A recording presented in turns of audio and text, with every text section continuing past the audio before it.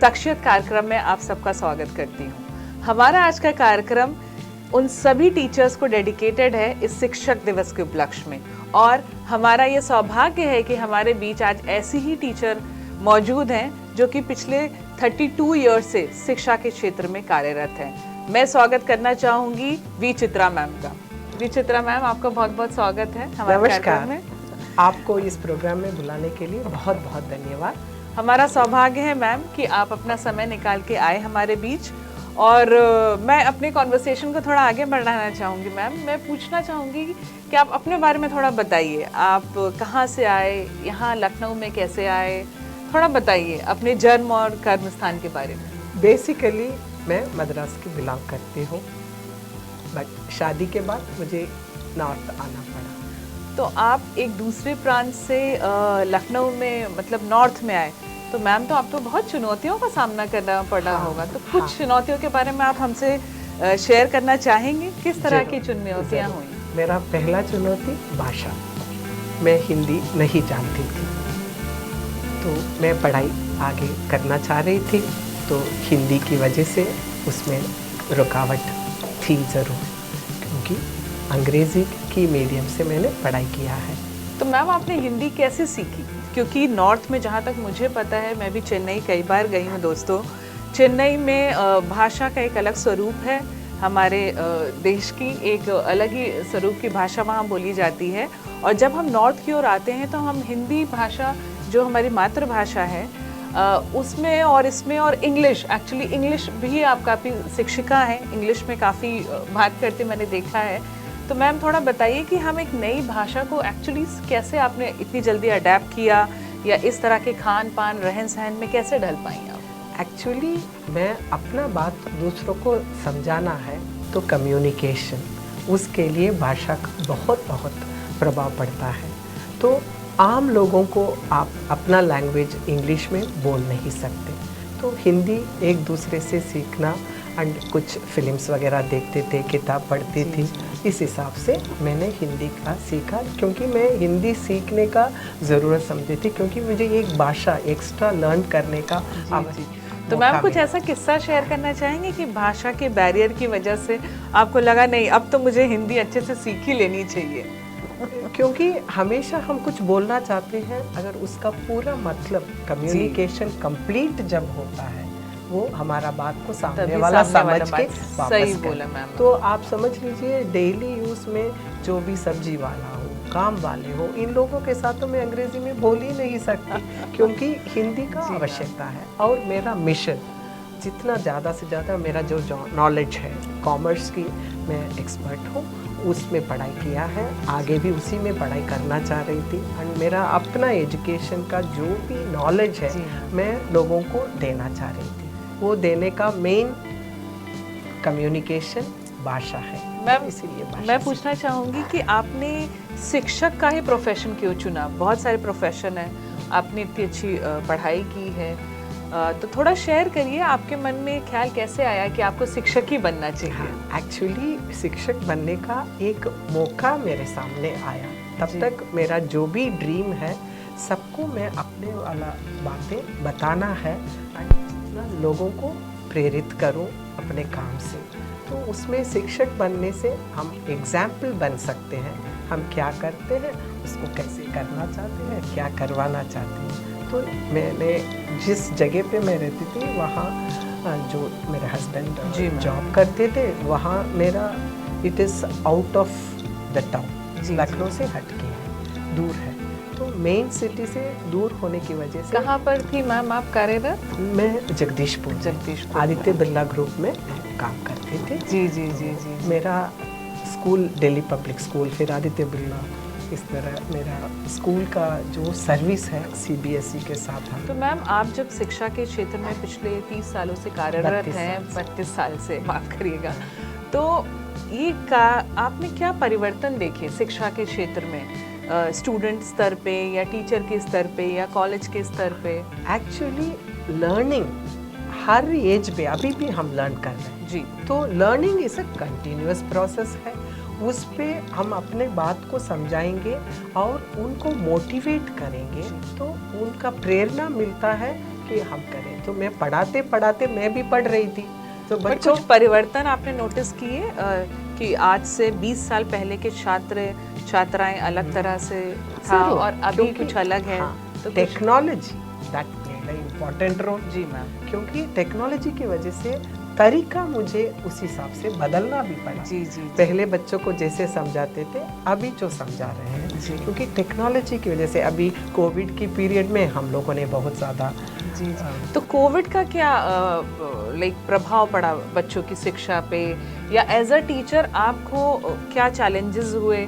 एकदम से चीज़ें ऑफलाइन से ऑनलाइन में कन्वर्ट हुई, आपको अपना परिवार भी मैनेज करना था और कॉलेज स्कूल भी देखना था, बच्चों को अभी होमवर्क भी चेक करना था, थोड़ा शेयर करिए। ये सब चीज़ें online education is a transformation, क्योंकि उस पर हम बच्चों को डायरेक्टली नहीं मिल पाते हैं। जो हम इम्पैक्ट डायरेक्टली दे सकते थे वो तो कमी है, लेकिन टेक्नोलॉजी इतना एडवांस्ड है। तो मैं वीडियो क्लासेस करते थे, online classes, zoom and all, Google, all different type of. तो आपने खुद भी ये चीजें पहले सीखी होंगी? हाँ, हमारा टेक से भी है, लर्न करते रहते हैं। नहीं, मैम ने एक बहुत अच्छी बात बोली कि लर्निंग इज अ प्रोसेस। मतलब वो टीचर हैं, वो खुद ये चीज़ बोल रही हैं कि वो आज भी लर्न करने के लिए हमेशा तैयार रहती। तो मैम एक बहुत अच्छा पॉइंट आपने रखा है कि लर्निंग इज अ प्रोसेस, और हम सबको कभी ऐसा नहीं सोचना चाहिए कि हमारी शिक्षा प्राप्त करने की, अर्जित करने की प्रोसेस रुक गई है। एक्चुअली एक कंटिन्यूअस प्रोसेस। मैं हमेशा बच्चों को भी यही कहती हूँ, ऑलवेज आप लोगों को कंपास, ज्योमेट्री बॉक्स में आप जानते हैं एक प्रोटेक्टर और कंपास होता है। प्रोटेक्टर मेजर्स दोनों को शार्प एज होता है, लेकिन compass it goes far beyond. So you have to take them, you have to allow them. उनको बोलना चाहिए कि दूर तक सोचो, अपनी बात को रखने की तरीका सीखना पड़ेगा। जब नॉलेज होगा उसको बताने का तरीका भी इजी होगा। इसलिए हमेशा बच्चों को मोटिवेट मैंने किया है, इसीलिए बच्चे भी बार बार हमारे से टच में रहते हैं। आपसे मिलके मुझे बहुत मोटिवेशन की फीलिंग हो रही है। मैम, मैं पूछना चाहूँगी, या कुछ पॉइंट आप बताना चाहेंगे जो हमारे दर्शकों में को कुछ मोटिवेट कर पाए?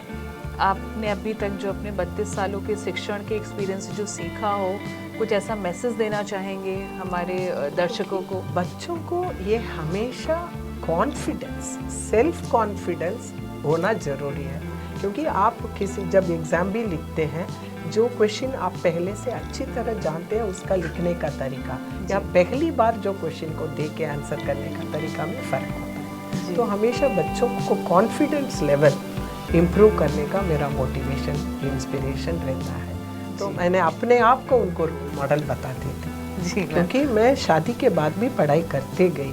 मैंने अपने इतना पोस्ट ग्रेजुएशंस मैंने शादी के बाद पढ़ाई कर। नहीं, ये एक बहुत ज्वलंत एग्जाम्पल मैम ने सेट किया है कि शादी के बाद भी कोई स्टॉप नहीं लग जाता है शिक्षा में, आप आगे पढ़ सकते हैं, आगे बढ़ सकते हैं।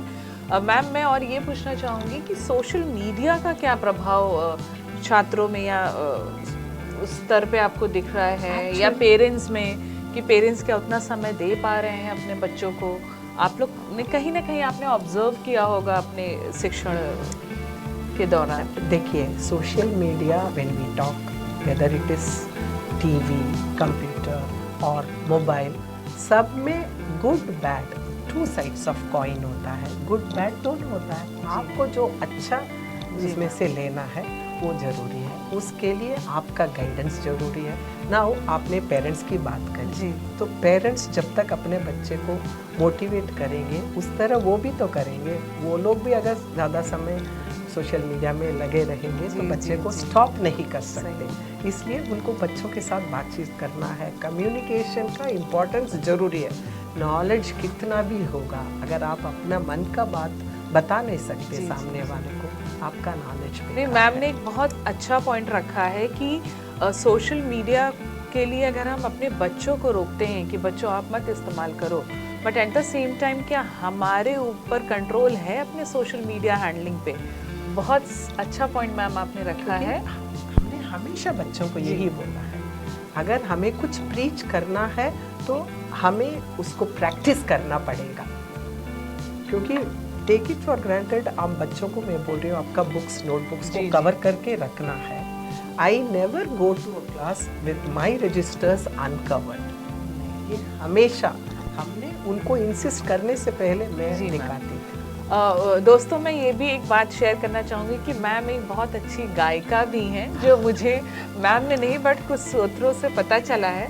तो मैं चाहूँगी एक शिक्षक दिवस के उपलक्ष्य में हमारा कार्यक्रम शिक्षकों को ही समर्पित है, तो हमारा अहोभाग्य रहेगा कि मैम अगर कुछ 2 लाइन हमारे दर्शकों के लिए, हम लोग के लिए कुछ सुना पाए। सुनाने के लिए तो उनको जिंदगी एक बहुत प्यारी सी चीज़ है, उसी के बारे में एक शब्द, उसी के गाना बता। जी। जिंदगी प्यार का गीत है, उसे हर दिल को गाना पड़ेगा। जिंदगी गम का सागर भी है, हंस के उस पार जाना पड़ेगा। तो एक्सेप्टिंग चुनौती, चैलेंजेस इन लाइफ इम्पॉर्टेंट है। तो आगे चलने के लिए हमेशा you have to take out your first step forward. अगर आप करेंगे तो automatically you will be successful. तो सबके लिए ये मैं शिक्षा देना चाहती हूँ, हार्ड वर्क का कोई सब्स्टिट्यूट नहीं है। जितना हार्ड वर्क करोगे उसका फल हमेशा मीठा होता है। धन्यवाद मैम। और दोस्तों मुझे तो बहुत अच्छी कुछ ऐसी चीज़ें मैं मैम से सीख के जा रही हूँ आज, और मुझे पूरा विश्वास है कि आपको भी कुछ ऐसी चीज़ें जो मैम ने पॉइंट्स रखे हैं, आपका भी जीवन में कुछ उससे लाभ मिल पाएगा। एंड धन्यवाद मैम आपका आज समय निकालने के लिए, हमारे चैनल पे आने के लिए, आपने मुझे बुलाया। और धन्यवाद सबका, सारे दर्शकों का। और हम इसी तरह शख्सियत कार्यक्रम के माध्यम से आप सबसे जुड़ते रहेंगे और ऐसी शख्सियत को यहाँ पर इनवाइट करेंगे जिनके माध्यम से, उनके एक्सपीरियंस से हम आप तक शेयर कर पाएं। All over the globe are available. इतने साल पढ़ाया सब बच्चों को, मेरा ऑल द बेस्ट। धन्यवाद। Thank you. नमस्कार।